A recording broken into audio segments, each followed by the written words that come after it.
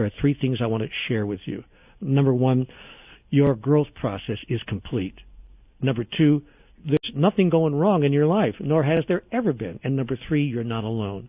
They are, in fact, what I would call the three biggest secrets that I learned in my conversations with God. The biggest secret of life is that our growth process is complete. In fact, I'll go further.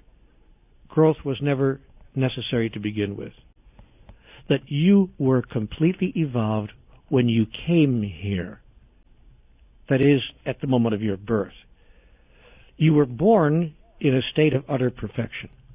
And if you want to see perfection, perfection personified, as I call it, just look into the eyes of a baby. You will see it there. Nothing is wanted, nothing is needed, nothing is missing. You're looking into the face of perfection.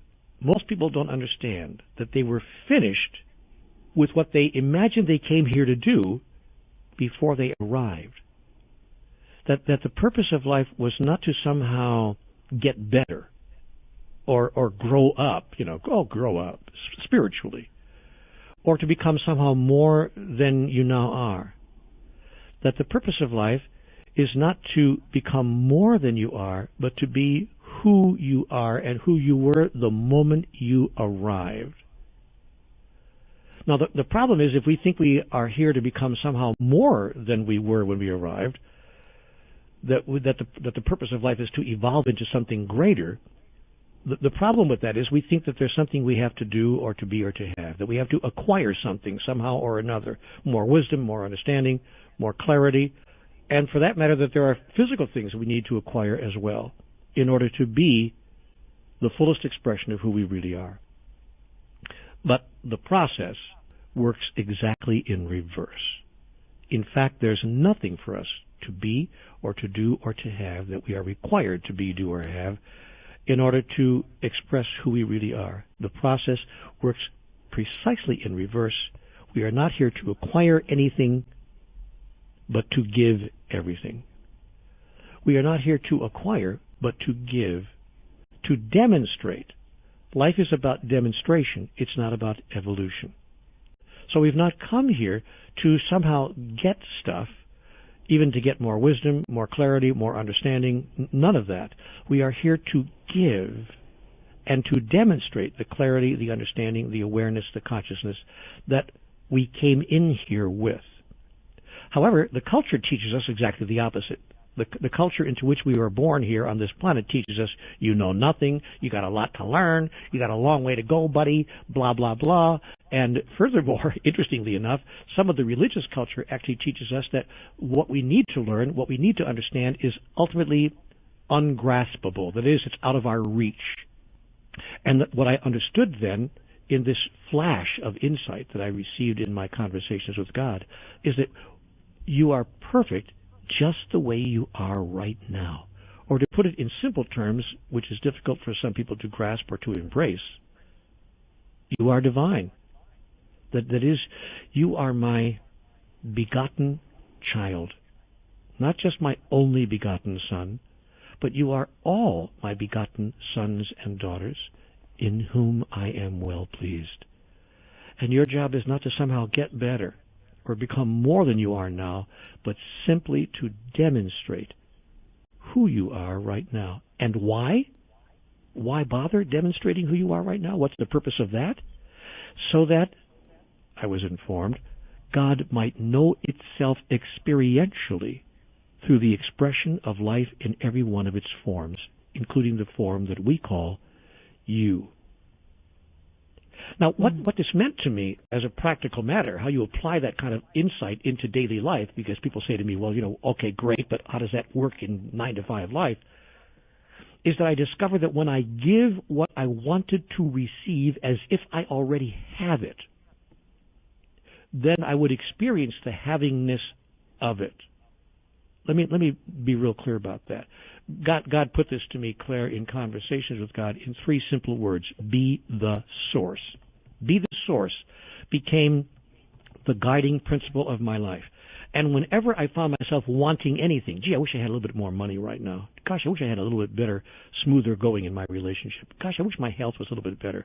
Or I wish I had more wisdom, more clarity, more understanding, more awareness. I wish I had more of something or another.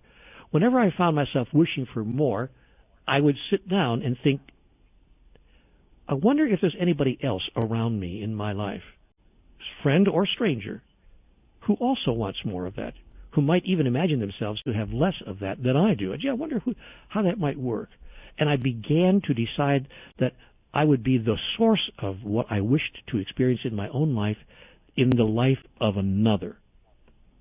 And so I went out and looked for people who imagined that they did not have enough money, and I gave them some of the money that I had, even though, as a practical matter, I was experiencing that I did not have enough money. I just decided to say to myself, what if I had enough? What if what I had right now, it was enough? And what if it was so much, in fact, that I could actually afford to give some of it away? And I began to give away what I thought I had not enough of. I did the same thing in other areas of my life. I wanted more patience, more understanding, more compassion, more partnership, really. And I found other people who wanted more of the same thing. It's not easy, by the way, I mean, it's not difficult, I should say. I'm trying to say it's not difficult to find people like that. It's easy to find them. They're all over the place. So I simply found people who wanted the same thing I wanted, and I decided to be the source of it, to be the source of compassion, of caring, of understanding, of patience, of forgiveness, and of companionship, and of love. And what I discovered was that when I was a companion to another and to all others whose lives I touch, suddenly I was companioned, and I was never lonely anymore. When I was the source of patience and understanding and compassion in the lives of others, suddenly I experienced those same things flowing through me, because I discovered that what flows through you sticks to you. And I was able to suddenly experience my havingness of what I thought I didn't have enough of. And as I began to experience my havingness of it, that experience of havingness, what I call in my cosmology havingness, that experience of having that actually acted as a magnet and drew more of it to me, because my purpose was not to have it all for myself, but to give it away. Now, get this twist. My purpose was not to have it for myself, but to give it away. And when your purpose is to give it away to others, the universe supplies you with an unlimited amount of it, because it knows there are a lot of people out there who are suddenly depending on you to be the source of it. And that's the secret of every master who has ever walked the earth. From Jesus to the Buddha, to Muhammad, to any master who has walked the face of the earth, they have become masters by giving what it is they chose to experience to others, and the universe has supplied them with an ample amount of it that they would never run out, because their initial motivation was not to gather it all for themselves, but simply to be a flow-through that others might have it in abundance. That's why some of the masters actually said in these words, I have come that you might have life in abundance and live it even more abundantly. That was their whole purpose, their whole raison d'etre.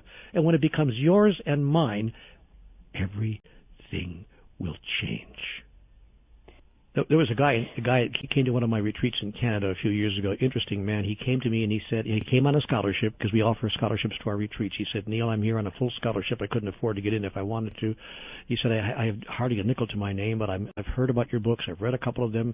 Maybe you have something to share with me. He said, because I have nothing right now. I've got 30 cents in my pocket. This is it. That's all I have. And I said, really, are you abundant in nothing? He said, no, I have nothing. I said, you have no humor? Oh, you said, oh, I have lots of humor. He said, I'm a pretty funny guy when you think about it. I said, great. Do you have any compassion, any understanding, any awareness, any kindness in you that you want to share with others? And I gave him a whole list of things that he said. He acknowledged that he had plenty of. I said, great. Your job in the next 4 days of this retreat is to share of that which you have in abundance with others, because there are others who do not have those things, and they don't think they could possibly acquire it anywhere. You go out and be the source of that in the next 4 days. And by the way, take that 30 cents you have in your pocket and give it away to 3 people, a dime to 3 people. I want you to walk out of this building and find 3 people to whom a dime is a great deal. And don't think, by the way, they don't exist, because I was out on the street, and what I got was, if I got a dime from 10 people, I had $1, and I could get something to eat. if it was only a bag of fries. Mm. He said, okay, I get it. A year later, I go back to the same city in Canada. I think it was Toronto. I think we were in Toronto. And we do a retreat, and this guy shows up. I didn't even recognize him. I swear I didn't know who he was. His hair was cut. He was in an incredible tailored suit. He was wearing shoes that must have been Ferragamos from Italy for $340. Whatever. It doesn't matter what he spent on his clothes, but he was dressed incredibly well, and and I didn't even know who he was. He sat in the first row, and I said to this guy, wow, just as a joke, I really, really, really like that cashmere sweater you're wearing. I said, wish I had one like that. I was just kind of kidding around, getting the room warmed up. And he took the sweater off. He said, I want you to have it. I said, oh, no, I was just kidding. I was just fooling around. He said, no, I want you to have this. You must have this. We looked to be about the same size. In fact, we were. He said, please take this. It had to be a $700 at least cashmere sweater. Wow. And I said, why would you give me this? He said, because of what you gave me. Don't you remember me? Look at me. I said, who are you? He said, I'm the guy from last year who had nothing. And then suddenly I went, because I've seen so many people since then, but my mind clicked. I went, oh my golly, what happened to you? He said, I took your advice. He got into he used his humor and his wit and his charm, because he was a naturally charming guy, and he was a very funny guy and a very naturally humorous guy, and he got a job as a salesman. He began selling real estate, then he began selling cars, because he found out selling cars was easier than selling real estate for him. And no one could say no to this guy. At the end of a year, he was, excuse me for being gross about it, but worth a small fortune. And he couldn't stop the goodness of life from falling in on him, because he gave in abundance of what he had, and the universe said, yes, that's what you're doing here. And he got to the same place that I described earlier. He said to me, Neale, I can tell you now, I don't even work for that. I don't even care about it. Here, take this sweater. I want you to have this. It's not about that anymore. And because it's not about those things are falling in on me almost without effort. And he was a walking, living, breathing example of everything that I was sharing. Take a look at ways in which you have already experienced the completion of your evolutionary process. People kind of like, what? I'm not sure what you mean. I say, no, really. I want you to count the ways. Remember the times in your life when you actually expressed yourself at the level of mastery. Has there ever been a time? You know, what I've discovered is that most people are trained, they're culturalized to deny that. They get into, oh shucks, this old thing. Kind of like you say to a lady, I love that dress. Oh shucks, this old thing. So we're culturalized to deny it. But when I want to say gently required them. No. I know there was a moment in your life when you said or did something that only a master would say or do. What was it? They could almost all come up with one or two of those things. I say, aha. So that was a case in which you knew who you really were, and you expressed and experienced that. And we began to gather the stories in real time of people who could, in fact, acknowledge and express their mastery. And I said, now, that you think that was an unusual thing, that is something that is not part of your real nature, and that you somehow simply rose to the occasion. But I am telling you that you are rising to the occasion all the time. How do you suppose you've gotten through to this moment right now? You're talking to me now and telling me nothing's going right, things are horrible, I can't take it anymore, yet here you are still at the front lines. That is mastery. And that is evidence of mastery. That is evidence of your mastery. And your willingness to even search for the next answer is evidence of your mastery as well. Now let's just take that evidence and turn it around and allow other people to experience the mastery that you have already demonstrated. And you will see the whole of your life shift virtually overnight. The second statement that just erupted is that everything in life is going perfectly and you think that it's not. And so the secret here is to turn frustration into celebration, because what you resist persists. Yet what you look at through the eyes of your soul disappears. That is, it ceases to have its illusory form. But we don't understand, most people, and I didn't either before my conversations with God, why are things turning up the way they are? It's all very nice to say that everything is perfect, but it sure doesn't feel perfect to me. Unless you know what it is you're trying to do, and unless you deeply understand the process that is required, in order to do it. In that case, you would see the perfection. And that was the second simple statement that Conversations with God gave me. Statement number 1, be the source. Statement number 2, see the perfection. These are 3-word statements that shifted my whole life. Be the source, see the perfection. Well, how could I see the perfection of living on the street for a year, or having no money, or having my relationship fall apart and my family ripped away from me, and my health going downhill? What's perfect about that? Do you mind if I ask? And God would say to me, look, what is happening here is that you are expressing and experiencing the essence of who you really are. And in order to experience the essence, and you're doing that, by the way, God said, as, how can I put this in the vernacular to make it simple, as a favor to me, so to speak. That is, God has created the experience of life itself in physicality as an expression in experience of who and what divinity actually is in its totality. God simply seeks to know itself experientially, and is using what you and I call physical life and everything in it, including us, as the means by which to do that.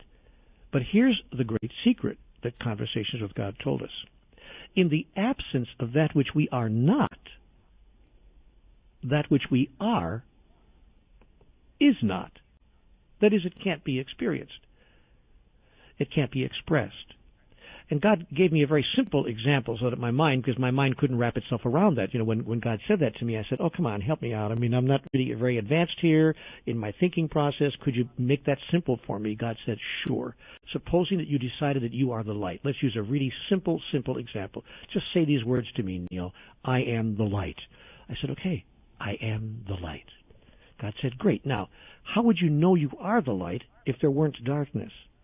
If you were like a candle in the sun, you'd be there all right, along with a million cajillion other candles, but you wouldn't know yourself as the light because you are, in fact, amidst a million cajillion other candles. The sun wouldn't be the sun without you, by the way. Nay, it would be the sun without one of its candles, and that would not be the sun at all. But how to know yourself as the light amidst the light. And I said, to God, well, you're God, figure something out. And God said, I already did.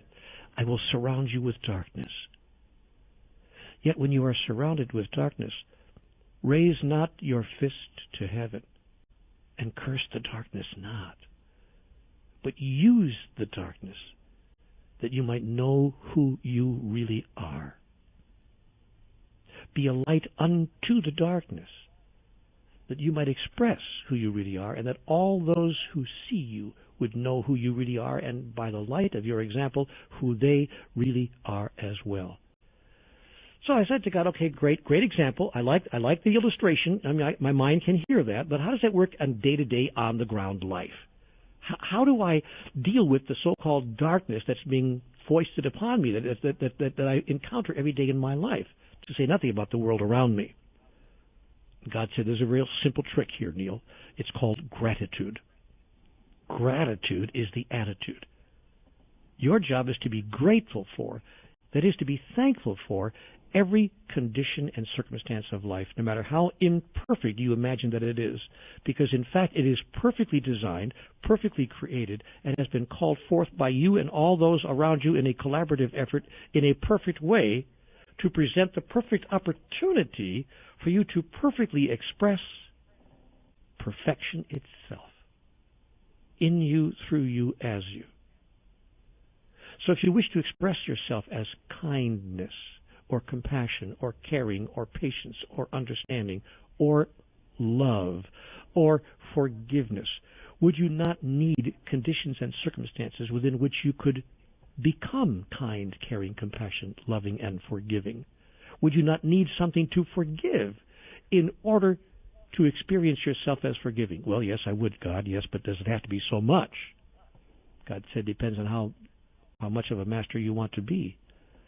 The higher level of mastery you call forth, the higher will be its opposite number in the contextual field. But if you judge it, make it wrong, if you resist it, it will become virtually, in your imagination, insurmountable.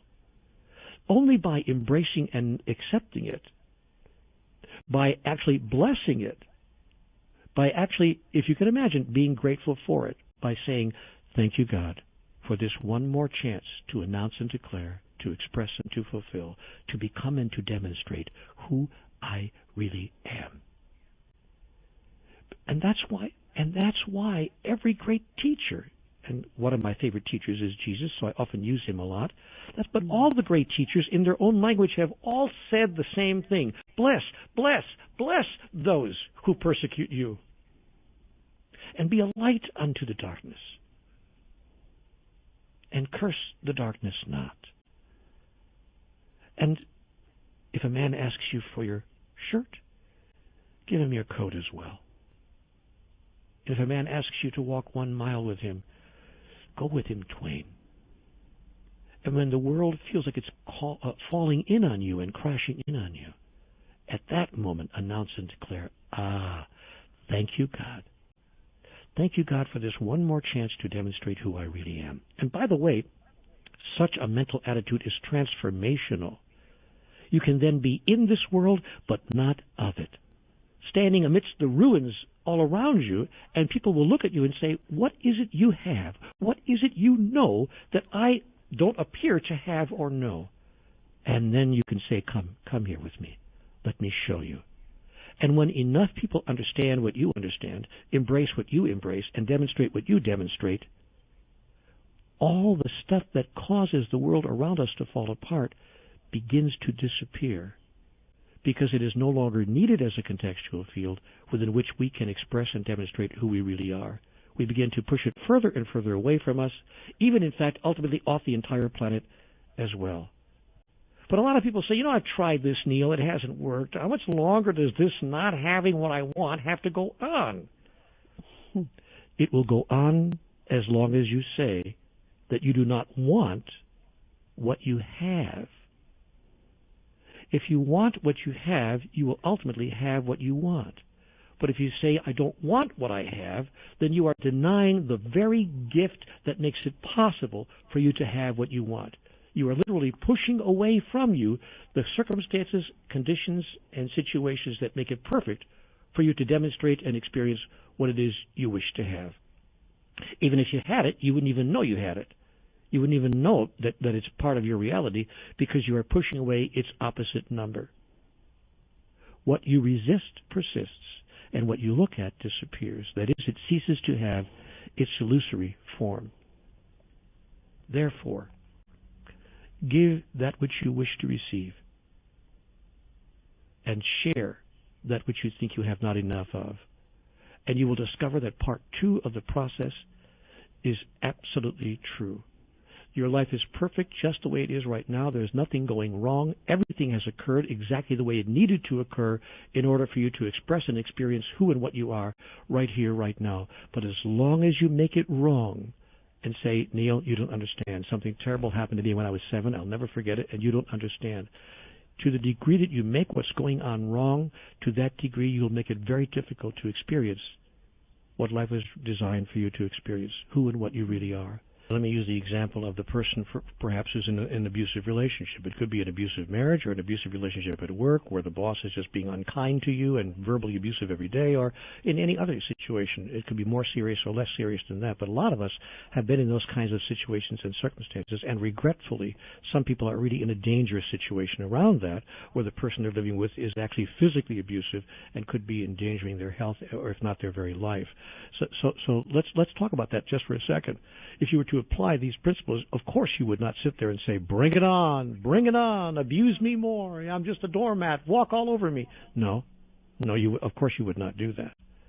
But what you would do is you would discontinue imagining or thinking of what's occurring as somehow imperfect.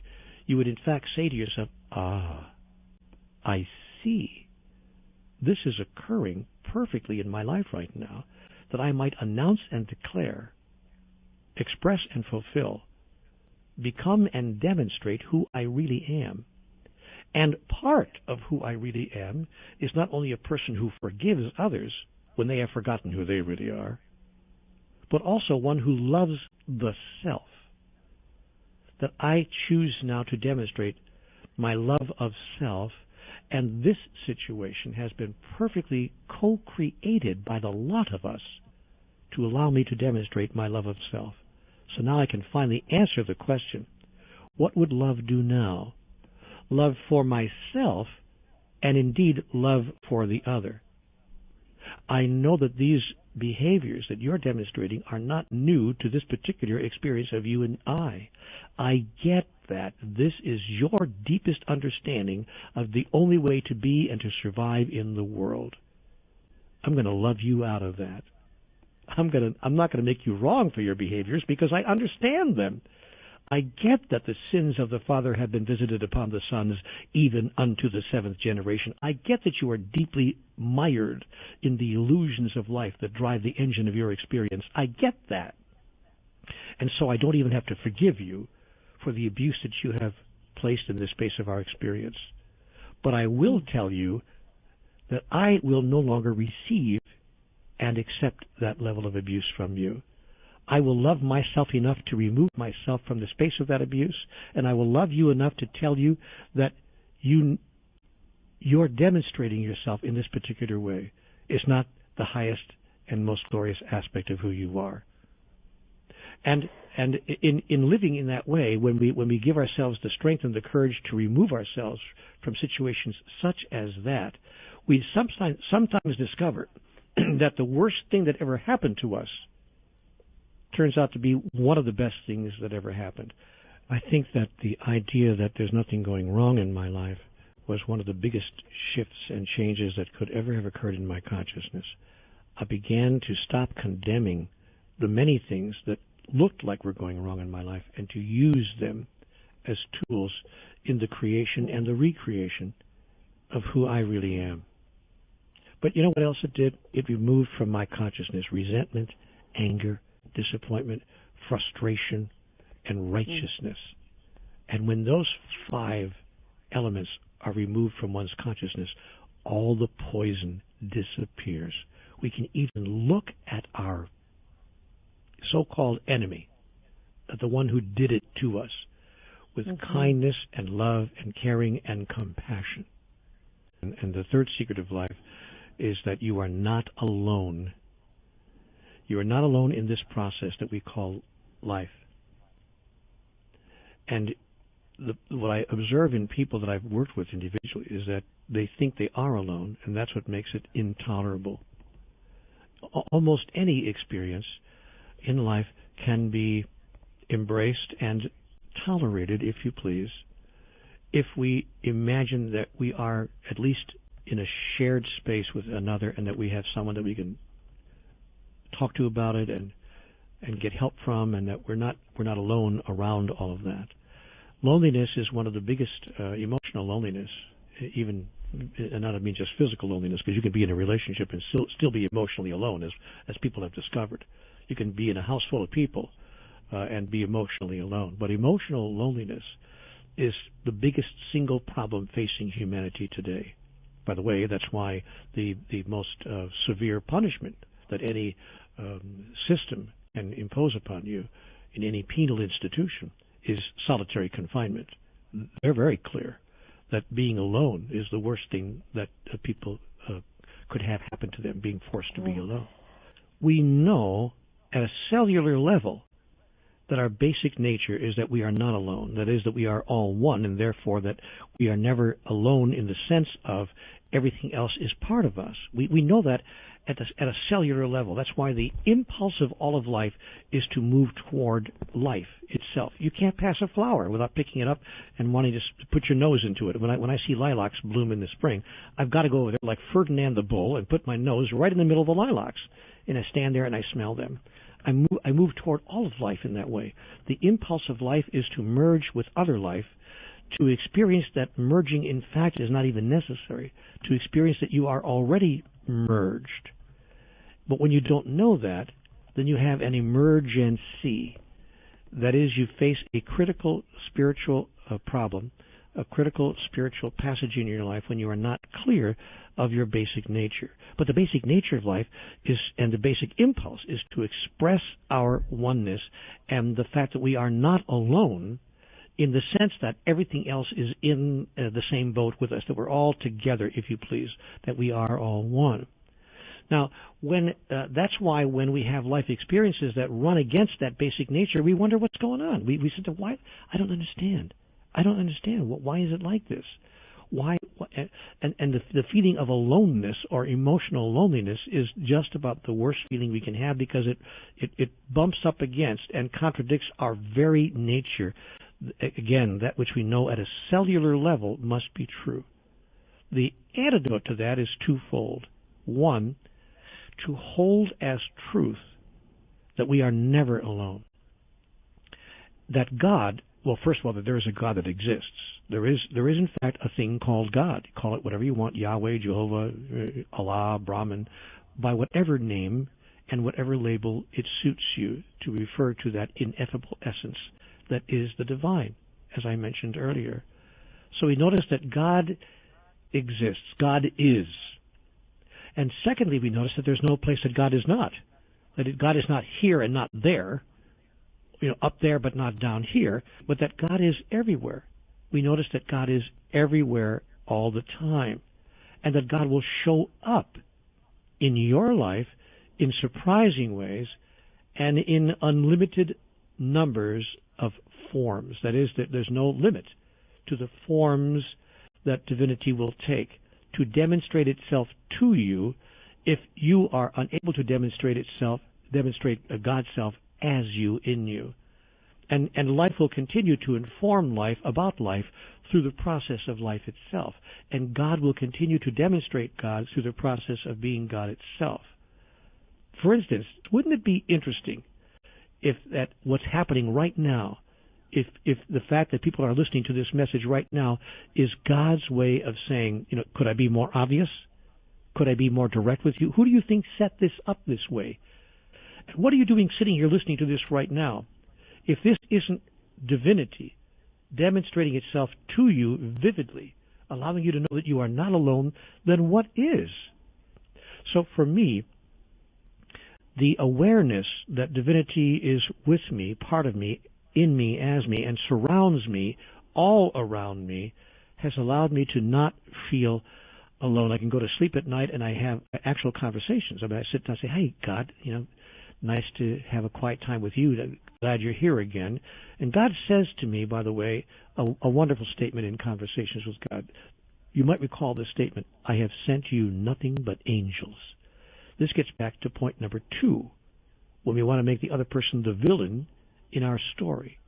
But not only the villain, but the heroes as well in our story are all aspects of divinity demonstrating itself to us. I have sent you nothing but angels has been an extraordinary insight and awareness that I have brought into my life.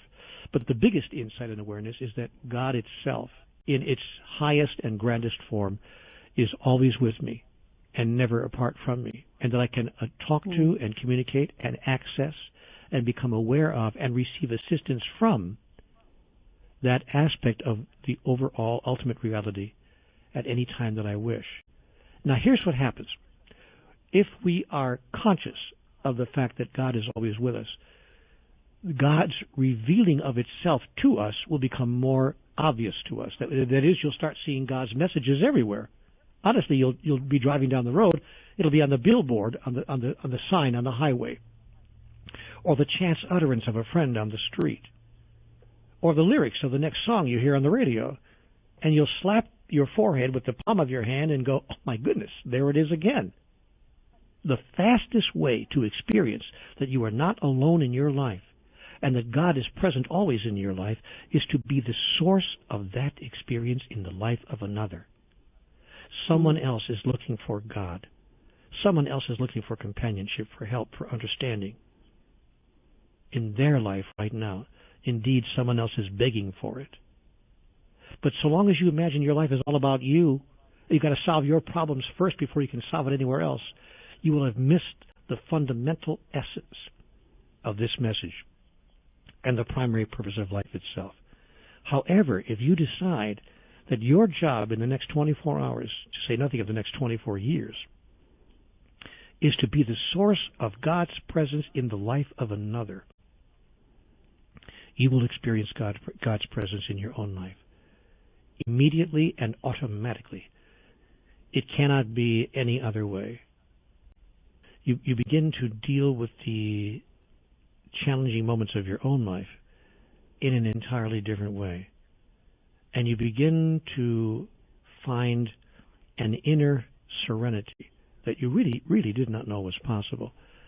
You can find that in meditation, in prayer, in other certain kinds of spiritual practices, and those are wonderful practices, but we're talking now about experiencing or about having those kinds of experiences in the everyday moments of your life. That all of life, in fact, turns out to be a meditation. All of life turns out to be a prayer. And we begin to experience that when we embrace the ever-present notion of God's eternal guidance, wisdom, understanding, clarity, and oneness, that God's eternal oneness with us. But you know, the true reward comes in flipping the axis of our life. If God said something of prime importance to me in conversations with God, and she did, it was this. It was when she said to me, Neale, your life has nothing to do with you. I get that you think that it does, but in fact it doesn't. You're done. You're complete. Everything is over, finished. You don't have to evolve. You don't have to grow. Neale, your life has nothing to do with you. It has to do with everyone whose life you touch. And that doesn't mean be self-effacing and self-sacrificing and do nothing for yourself. Quite to the contrary. Everything you do, you will do for yourself because there's no one else to do it for. However, it means that how you act on your own behalf will be demonstrated in such a way that everyone whose life you touch will be given back to themselves.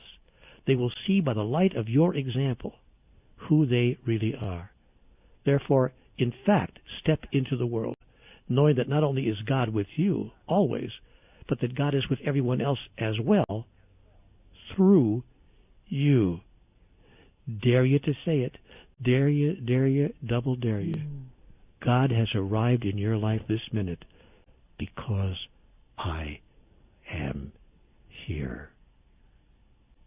All God does is remind itself of itself by being itself. Did you hear that? I said all that God does is remind itself of itself by being itself. So you go around and remind all the other aspects of divinity of who they really are by demonstrating who you really are.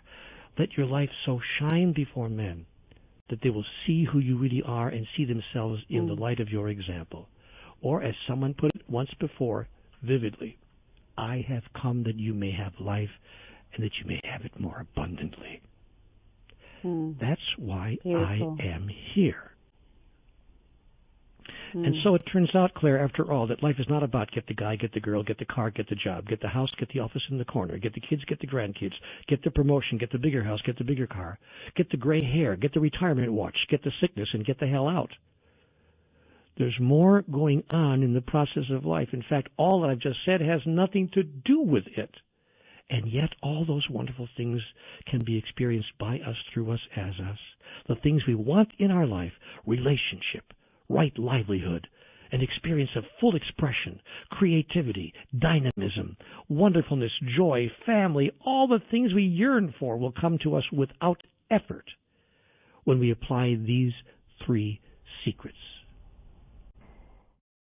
Thank you for watching this video, my friends. I hope you really enjoyed it. Make sure you leave a comment below and please subscribe to this channel. I want to give you so much more.